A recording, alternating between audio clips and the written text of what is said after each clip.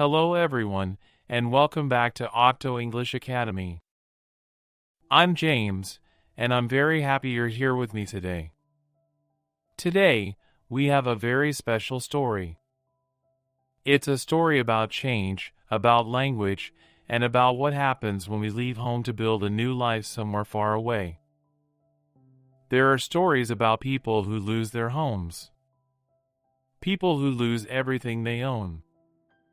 People who lose the place they come from. But this is a story about a man who lost something unexpected. Something you can't hold in your hands. Something you don't notice disappearing until one day you wake up and it's gone. His language. His English. Piece by piece. Memory by memory. Like sand slipping through fingers. And this is the story of how that happened, and how he found himself again. His name was Daniel. The day Daniel boarded the plane, he felt invincible. A suitcase, a passport, a head full of dreams, and a future waiting far from home. He wasn't running away. He wasn't lost. He was chasing life. He told everyone, "I'll be back fluent in 2 languages. Just wait." He imagined himself ordering coffee effortlessly, laughing with locals, walking through markets like he had lived there forever. He believed that leaving home would make him bigger, wider, more complete. When the plane lifted, he felt powerful, like he was stepping into a new version of himself. But when he landed, the world felt louder, brighter, faster, untranslated. He stood at the airport alone, surrounded by voices he couldn't follow, signs he couldn't read, smiles he didn't fully understand. He took a breath. "Okay," he whispered to himself. "Let's start." Days turned into weeks. Weeks turned into months. Slowly, he learned the language. At first, just survival phrases. Then full sentences, heavy with effort. Throat tight. Tongue unsure. He learned how to ask for bread. How to catch a bus. How to make small talk about the weather. He learned how to nod when he didn't understand, how to laugh at jokes he couldn't quite follow, how to politely pretend until the meaning came. The city became familiar. The foreign language became routine. Faces became friendly. People admired him. "You speak so well now." He smiled proudly, not noticing the trade his brain was quietly making. New words in. Old words pushed aside. And somewhere in his mind, a language he loved began taking a step backward. Not disappearing. Just dimming. Like a light slowly turning down. It happened during a video call with his best friend, Michael. They were laughing, catching up. Talking about old teachers, old jokes, old memories. Everything felt normal. Then Michael asked a simple question. "So, how's life there?" Easy question. He knew the answer. He felt the answer. But when he opened his mouth, the words didn't come. Not the way they used to. Not freely. Not automatically. His mind reached out for English, and instead, a word from his new language floated up first. He froze for just a moment. Just long enough to feel it. Something was off. Just slightly. Barely noticeable, but real. He shook it off, answered simply, and the conversation continued. But when the call ended, he sat alone, staring at the blank screen. Quiet. Still. A question whispered inside him. Am I forgetting? He shook his head. No. Impossible. He brushed it away like dust. But dust always returns. Language doesn't vanish suddenly. It melts. It softens at the edges. It was little things first. Words he always knew suddenly took a moment to appear. Simple phrases felt strangely heavy. He started using basic English structures instead of the natural ones he once used effortlessly.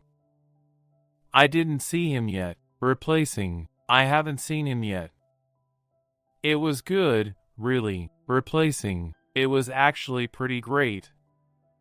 Tiny changes. Barely noticeable to anyone else. But he felt them. He started searching for words more often. Pausing mid-sentence. Talking slower. Speaking English like a guest in his own language. Sometimes, when he thought in English, a foreign word would arrive first, like an uninvited guest. A symbol of his new life pushing its way into the old. And every time it happened, a quiet panic flickered inside him like a candle in wind. There were moments when he sat alone in his apartment, trying to think in English just to check if it was still there. And for the first time in his life, English didn't feel like home. It felt like a place he used to live in. He tried reading books. He understood them. But the voice in his head sounded faint, almost distant. He tried watching movies. He followed them. But his brain kept translating automatically. It felt wrong. Like looking at an old picture of himself and not recognizing the expression. One evening, he caught himself forming a thought, not in English, not in his native language, but in a strange mixture of both with pieces of the new tongue tangled inside. A language that belonged nowhere. And he realized, he wasn't just losing words. He was losing a version of himself. 2 years passed before he finally returned home. He expected comfort. Familiarity. He expected his tongue to relax, to remember effortlessly. But when he stepped into his childhood living room, and his family spoke to him, his English felt rusty, heavy, almost shy. He paused too long before speaking. He used simple phrases. He searched for words he once loved. His family didn't notice. But he did. And the feeling sat in his chest like a weight. It wasn't just a language anymore.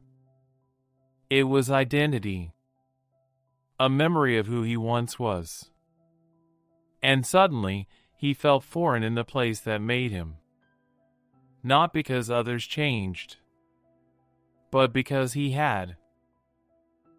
Language is not a thing we have. It's a place we live in. A home built with memories, books, friends, laughter, music, stories, feelings. And Daniel realized something important. He hadn't truly lost English. He had neglected it. Like a garden without water. Like a song not sung. And any garden can be revived. Any song can be remembered. So he returned to English with gentleness. Not fear. Not shame. Curiosity. He read again, slowly at first, then eagerly. He watched interviews, podcasts, movies. He reached out to English-speaking friends more often. He journaled in English before bed. Not perfect sentences, just honest ones. He stopped treating English as a talent and started treating it as a living part of himself. And language, like anything alive, responded. Bit by bit, the rhythm returned. The color came back. The voice inside him grew louder again. Not the same voice he had before, a richer one, a layered one. Because now he understood something he never realized before. A language can be forgotten, but it can also be found again. And when you return to it, it welcomes you back, a little changed, but still yours.